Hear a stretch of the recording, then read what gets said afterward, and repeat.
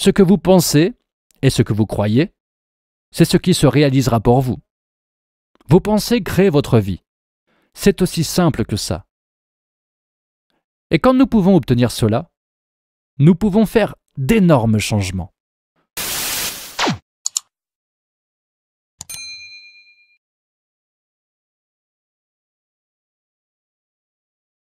La partie la plus simple, que la plupart des gens ne comprennent pas, est que chaque pensée que nous avons et chaque mot que nous prononçons crée notre avenir. C'est comme si nos pensées allaient dans l'univers, étaient acceptées, et nous revenaient sous forme d'expérience. C'est une chose très simple, mais la plupart des gens ne la comprennent pas. Ils ne le comprennent pas, ils n'ont jamais entendu ça avant, et ils pensent que c'est ridicule. Mais si vous pouvez vraiment accepter le fait que chaque fois que vous pensez une pensée et chaque fois que vous prononcez un mot, vous êtes littéralement en train de peindre votre avenir, de préparer votre dîner, quel que soit le nom que vous voulez lui donner. Vous êtes en train de créer.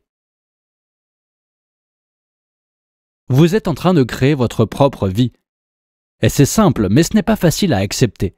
Mais une fois que vous l'acceptez, alors vous pouvez commencer à créer délibérément ce que vous voulez dans votre vie. Et vous commencez à être conscient de ce que vous ne voulez pas dans votre vie. Je pense que cela existe depuis toujours, mais pour une raison quelconque, au cours des 20 dernières années, l'univers a voulu que cela soit diffusé auprès de tous les gens, ou de tous ceux qui sont prêts à le recevoir. Vous voyez, la plupart d'entre nous pensent juste qu'ils pensent. Ils pensent. Et nous ne faisons pas attention à ce que nous pensons. On le fait, c'est tout. Mais c'est quelque chose dont vous devez vous entraîner à faire pour être conscient de ce que vous pensez. Et l'un des moyens d'y parvenir est de se dire périodiquement « à quoi je pense ?» Est-ce que j'aimerais que cette pensée crée ma vie? Est-ce que j'aimerais vivre l'expérience que cette pensée pourrait m'apporter? Maintenant, ça prend du temps pour le faire. Mais même si nous pouvons commencer à prendre conscience de notre façon de penser, nous pouvons commencer à faire des changements.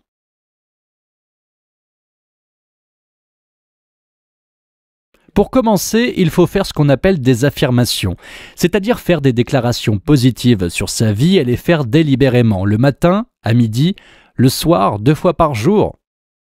Tu fais ça et tu laisses ça devenir une habitude.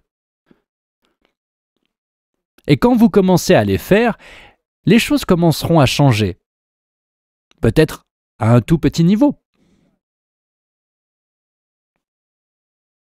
J'appelle ça obtenir les feux verts sur les places de parking. Je veux dire, ce ne sont pas des choses énormes dans votre vie, mais ça peut être très agréable quand vous avez 3 feux verts d'affilée et que vous êtes pressé. Faire une affirmation, c'est soit l'écrire sur un mur, sur un miroir, ou vous savez, juste la dire. Ce que j'aime que les gens fassent, c'est se mettre devant un miroir et faire leurs affirmations.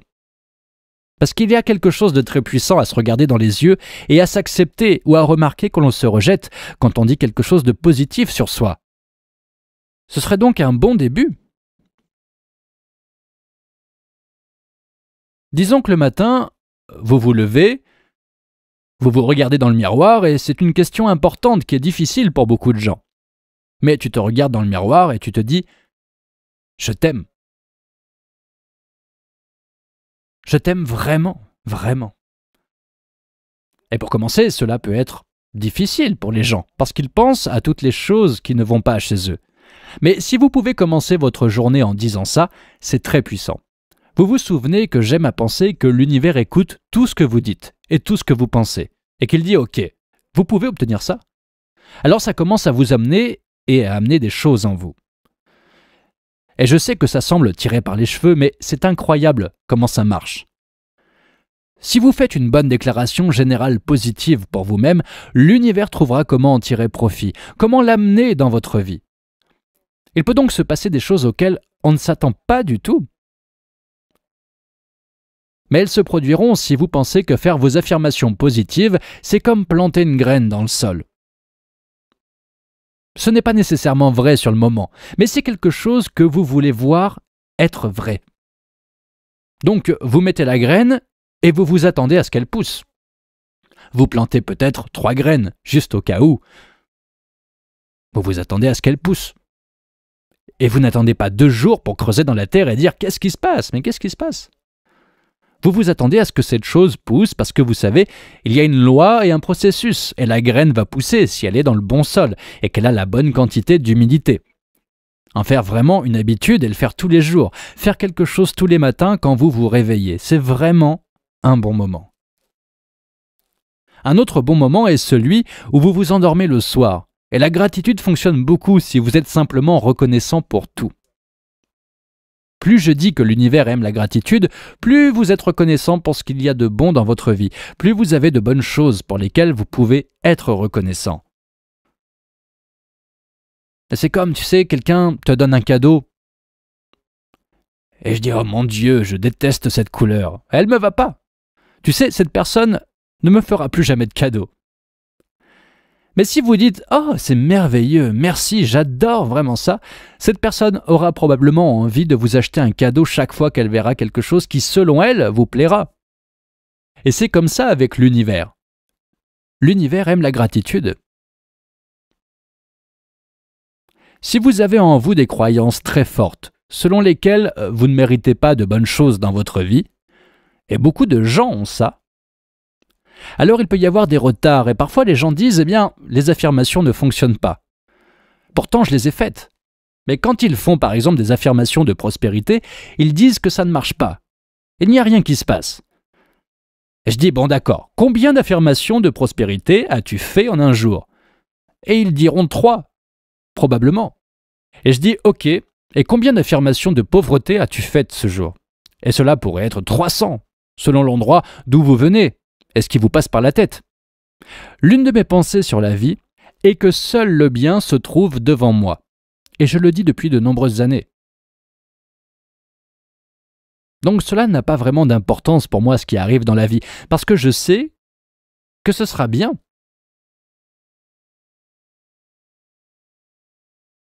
Il y a beaucoup de choses que vous pouvez faire pour vous aider à devenir plus conscient de ce qui se passe. Et parce que beaucoup de nos systèmes de croyances sont vraiment inconscients ou subconscients. Nous n'en sommes pas conscients. Ce sont juste des choses dans lesquelles nous sommes élevés. Et je dis toujours qu'un très bon exercice est de prendre une grande feuille de papier et d'écrire dessus. De dire ce que je pense des hommes, puis sur un autre ce que je pense des femmes, ce que je pense de l'argent. Que pensez-vous de n'importe quel sujet auquel vous pouvez penser et écrivez simplement toutes les choses qui viennent, qui sortent de vos pensées, qu'elles sonnent bien ou non. Écrivez-les, et dans n'importe quel sujet, si vous les écrivez tous et que vous les regardez, vous verrez combien sont positifs et combien sont négatifs. Et si vous pouvez prendre ces affirmations négatives et les transformer en affirmations positives, alors vous pouvez commencer à clarifier ce que vous croyez à propos, par exemple, de l'argent, qui n'est pas positif pour vous, ou qui vous empêche de faire rentrer de l'argent. Et vous pouvez faire cela avec beaucoup de choses dans votre vie, de sorte que vous pouvez vraiment commencer à réaliser ce que vous croyez vraiment à propos de ces choses. Donc tu ne peux pas changer tes pensées si tu ne sais pas ce que sont tes pensées. Il y a beaucoup de réflexions et nous commençons à l'apprendre. Et c'est comme un ordinateur. Si vous avez un magnifique ordinateur devant vous et que vous ne savez pas quoi en faire, c'est un tas de ferraille. C'est tout. Mais si vous apprenez le langage de l'ordinateur, des miracles se produisent. Et c'est ce qu'est la loi de la pensée. Quand vous apprenez comment ça marche, des miracles se produisent. Ce que vous pensez et ce que vous croyez, c'est ce qui se réalisera pour vous. Vos pensées créent votre vie. C'est aussi simple que ça. Et quand nous pouvons obtenir cela, nous pouvons faire d'énormes changements. Je pense que ça commence vraiment par la prise de conscience que vous ne vous aimez pas, que la plupart des gens ne s'aiment pas. La plupart des gens pensent qu'ils ne sont pas assez bons. Ils n'ont pas fait ça correctement. Ils ne le feront pas correctement. Ils ne seront jamais suffisants. Et ils ne sont définitivement pas aimables. Et quand nous venons de cet espace, il est très difficile de créer des choses pour nous-mêmes qui soient vraiment bonnes. Au début, quand je travaillais avec des gens, j'avais l'habitude de régler tel ou tel problème. Et vous aviez ce problème de santé, et on travaillait sur ça. Et un jour, j'ai découvert, à mon grand étonnement, que si j'aidais les gens à apprendre à s'aimer, à s'accepter tels qu'ils sont, nous n'avions plus besoin de contourner les problèmes, car c'était presque comme un miracle. Tout semblait s'écrouler. C'est une question difficile pour les gens parce que nous grandissons en croyant que nous ne sommes pas assez bons et que rien n'est juste. Je me souviens de nombreuses fois où je demandais aux gens « Qu'est-ce qui ne va vraiment pas chez vous ? Qu'avez-vous fait de si terrible ? Qui fait que vous n'êtes pas acceptable pour vous-même » Et je n'ai jamais eu une réponse qui avait un sens. Vous savez, il pourrait dire quelque chose comme « Je suis trop gros », quelque chose comme ça. Quand on parle de s'aimer soi-même, beaucoup de gens pensent que c'est de la vanité. Mais ce n'est pas le cas. Ça n'a rien à voir avec ça. C'est narcissique. Mais se soucier vraiment de vous et reconnaître que vous êtes un être important, c'est presque comme dans la Bible. Vous reconnaissez que vous êtes un enfant de Dieu, que par conséquent, vous êtes parfait. Mais même si vous n'êtes pas une personne biblique, si vous pouvez reconnaître que vous êtes un être qui a une valeur personnelle, si vous pouvez vraiment reconnaître votre propre valeur, alors vous commencez à vous traiter différemment. Et je pense que c'est ce qui est si important dans le fait de s'aimer soi-même. C'est qu'on arrête de s'en vouloir, on arrête de se faire du mal. Vous arrêtez de dire à quel point vous êtes horrible et de dire des choses comme « je suis vraiment stupide ». Et vous commencez à vous traiter avec un certain respect. Et cela fait une énorme différence. Car ce que vous donnez dans la vie est ce qui vous revient. Donc si vous donnez le sentiment d'être bien, d'être suffisamment bien comme je suis, d'être acceptable, d'aimer la vie et de s'aimer soi-même, et que vous commencez à avoir de la gratitude pour vous-même et pour la vie, alors la vie vous traite différemment. Parce que vous avez une vibration différente que vous donnez et recevez en retour. Et c'est là que les choses commencent vraiment à circuler. Beaucoup de gens ne le réalisent pas. Mais il faut s'entraîner. Il faut juste commencer. Et c'est pourquoi j'essaie de faire en sorte que les gens fassent beaucoup de travail en miroir. Si vous regardez dans le miroir, juste une chose simple comme regarder dans le miroir, vos propres yeux, et vous vous dites « je t'aime ». Je t'aime vraiment, vraiment. Et ça aide si tu utilises ton nom. Par exemple, Louise, je t'aime vraiment. Ça atteint le petit enfant qui est en lui et qui a été rejeté pendant si longtemps. Et il brise une sorte de barrage ou de porte, peu importe comment vous voulez l'appeler. Et c'est comme si un petit miracle commençait à se produire. Beaucoup de petites choses positives arrivent, et l'univers aime les gens reconnaissants. Plus vous êtes reconnaissant, plus vous avez de quoi être reconnaissant. C'est que la vie simple est vraiment très simple. Nous rendons les choses extrêmement compliquées par nature, mais ça n'a pas à l'être. Tout le monde est en voyage, depuis notre naissance jusqu'à notre départ. Mais lorsque nous entreprenons un voyage spirituel, cela semble être plus conscient. Et nous avons commencé à faire des choix conscients dans la vie. Au lieu de nous lever le matin, de faire nos affaires et d'aller nous coucher, nous avons commencé à faire des choix conscients de nos pensées et de nos actions. Et même des aliments que nous mangeons et des choses comme ça. Et c'est mettre son pied sur le sentier. Un pas après l'autre. Et certains d'entre nous peuvent faire des voyages très sournois et prendre des tas de petits chemins de traverse sans aller très loin. Vraiment. Et certains d'entre nous sont tout simplement très consciencieux à ce sujet et font un pas après l'autre et se rapprochent de leur voie. Je pense que l'illumination consiste à lâcher toutes les choses auxquelles nous croyons et qui ne nous profitent pas, qui ne nous aident pas dans la vie, ou qui font obstacle à notre vie, aux bonnes choses de la vie. Et à les lâcher une par une en se disant « je n'ai plus à y croire ». Et faire un choix conscient quand nous pouvons comprendre que chaque chose que nous croyons a été un choix. Et ça peut être vrai ou non, ça peut être vrai pour vous et pas pour vous, parce que c'est votre système de croyance. Nous avons tous notre propre système de croyance. J'ai mon système de croyance. Je dis beaucoup de choses qui peuvent être vraies pour vous. Ce n'est pas vrai pour moi. Je ne le dis peut-être pas à voix haute, mais les gens font des choses ou disent des choses. Et je me le dis souvent. Et aussi, cela n'a rien à voir avec moi. Tout ce qui se passe n'a rien à voir avec moi parce que je suis sous la loi de ma propre conscience. C'est mon chemin. Et vous, vous avez votre propre chemin, vous avez le vôtre.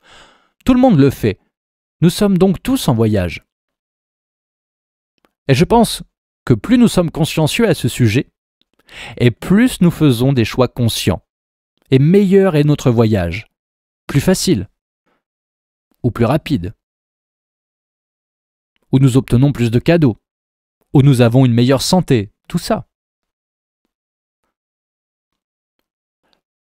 Lorsque j'ai commencé à travailler avec des gens, au début, j'ai prêté une attention toute particulière à ce qu'ils disaient. C'est devenu une habitude pour moi. Et je le fais toujours. J'écoute ce que les gens disent plus que, tu sais, les mots qu'ils utilisent et tout. Et je me dis souvent, oh, si tu n'utilisais pas ces mots, si tu retirais ces 3 mots de ton vocabulaire, parce que les gens, vous savez, utilisent beaucoup de mots négatifs. Les mêmes, toujours, et encore, et encore. Oui, j'entends les mots beaucoup plus que les autres personnes. Il y a des mots qu'il faut supprimer du vocabulaire, mais lesquels? Eh bien, 2 vrais, pour commencer. Parce qu'à chaque fois que tu te dis ça, tu te mets dans l'erreur. Soit tu avais tort, soit tu as tort, soit tu vas avoir tort. Il faut donc l'éliminer complètement, ainsi que toutes les expressions négatives que les gens utilisent.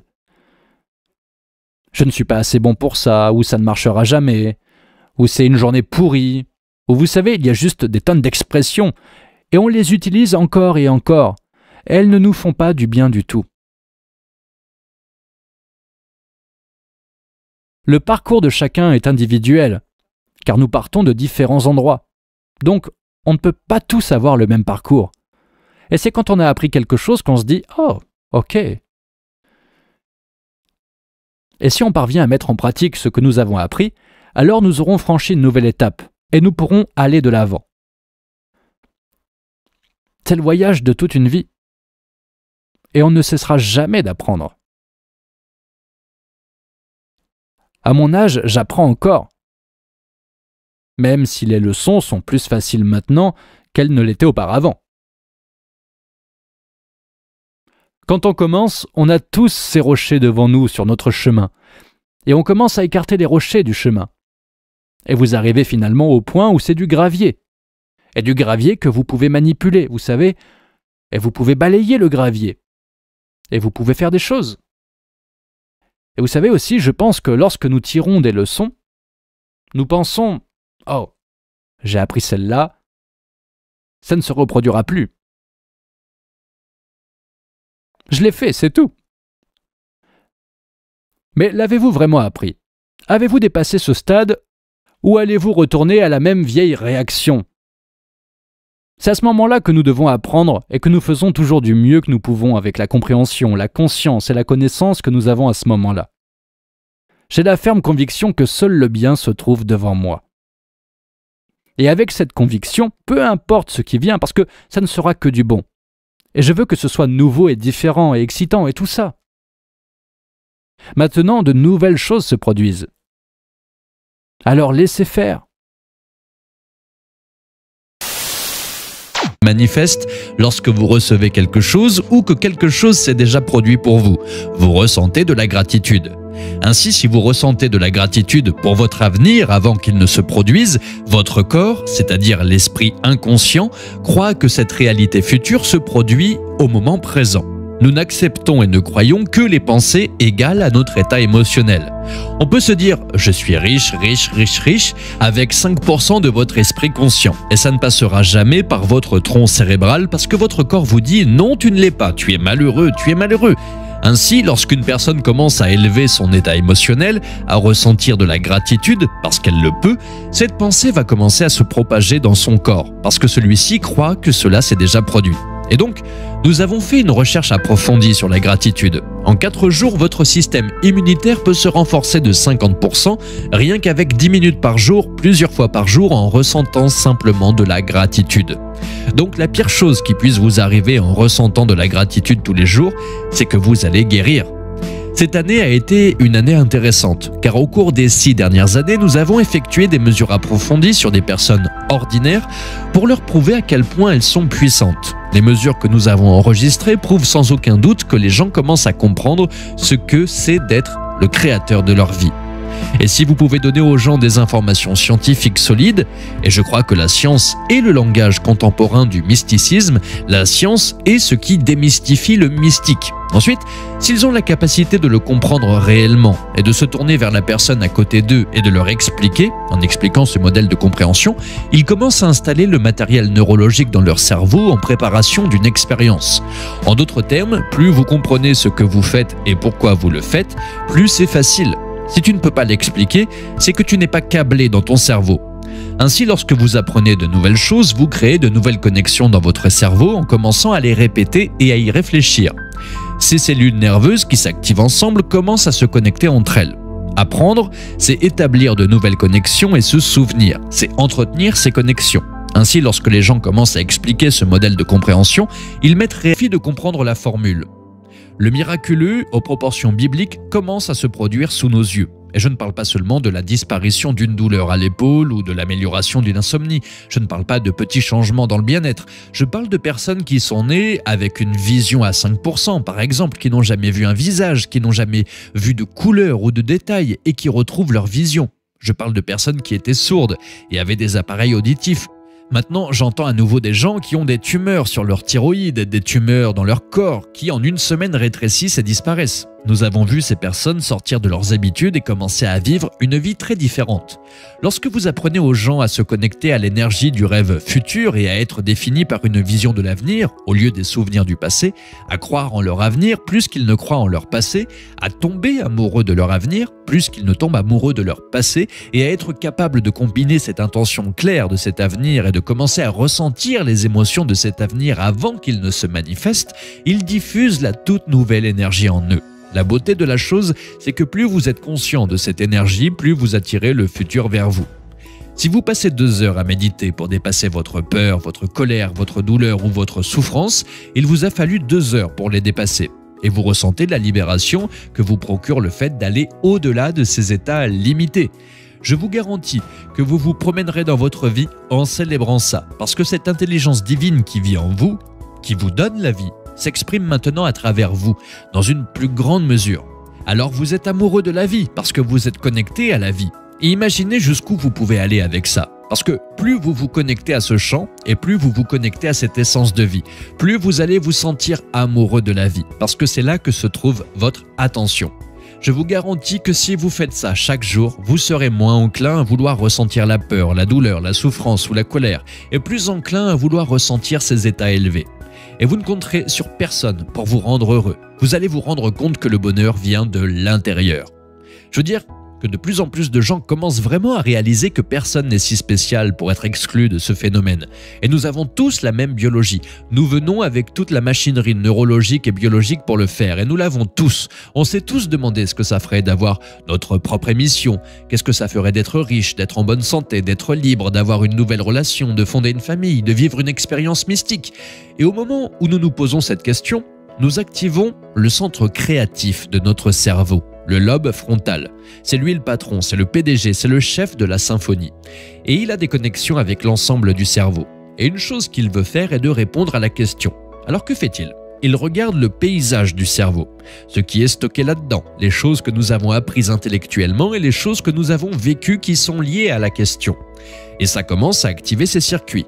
Le lobe frontal les appelle et ces circuits commencent à s'activer en tandem. Et lorsqu'ils commencent à résonner et à s'allumer en tandem, nous avons une image dans notre esprit qui s'appelle l'intention. Nous avons compris que nous sélectionnons un nouveau potentiel dans le champ quantique maintenant que la personne passionnée qui s'engage pleinement à regarder ce futur, à observer ce futur, a la pensée dans son esprit qui devient littéralement l'expérience. Le produit final d'une expérience s'appelle une émotion. Et tout à coup, la personne commence à ressentir l'émotion de l'événement avant qu'il ne se manifeste. Et maintenant, comment vous pensez et comment vous vous sentez crée votre état d'être. Donc dans un sens, ils changent leur état d'être. Maintenant, plus l'émotion qu'ils ressentent est forte, plus ils sont altérés à l'intérieur d'eux, plus ils feront attention à l'image dans leur esprit. Maintenant, ils créent une mémoire à long terme. En d'autres termes, ils se souviennent de leur avenir. Vous ne pouvez pas faire ça une fois, puis vous lever et vous attendre à ce que votre compte en banque soit rempli. Ce n'est pas comme ça que ça marche. Vous devez être capable de maintenir cet état modifié de l'esprit et du corps indépendamment de toute condition de votre environnement externe, indépendamment des émotions ou des habitudes, des attitudes câblées qui sont des programmes subconscients qui sont stockés dans le corps et indépendamment du temps. Et si vous y parvenez, vous commencerez à voir ces événements inhabituels se produire dans votre vie. Donc, quand une personne est capable de soutenir ou de maintenir cette modification d'état d'esprit et d'être, c'est alors que les choses amusantes commencent à se produire, parce que vous commencez à voir ces synchronicités, ces coïncidences, ces opportunités, ces inconnus, ces choses qui tombent de nulle part parce que vous êtes connecté à ce champ d'information. Et non seulement vous y êtes connecté, mais vous commencez aussi à l'influencer. Ainsi, de plus en plus de personnes créent maintenant et de moins en moins de personnes connaissent l'état de victime. Donc si vous êtes une victime, vous direz par exemple « je suis en colère à cause des bouchons ». Alors je vous dirais, eh bien, vous voulez dire que votre monde extérieur contrôle votre façon de penser, de ressentir. Une circonstance, une personne, quelque chose dans votre monde extérieur contrôle en fait vos sentiments et vos pensées. Ça signifie que vous êtes victime de ces circonstances. Mais lorsque vous changez votre façon de penser et de ressentir, et que cela commence à produire des effets dans votre monde extérieur, vous commencez à réaliser que vous êtes le créateur de votre vie.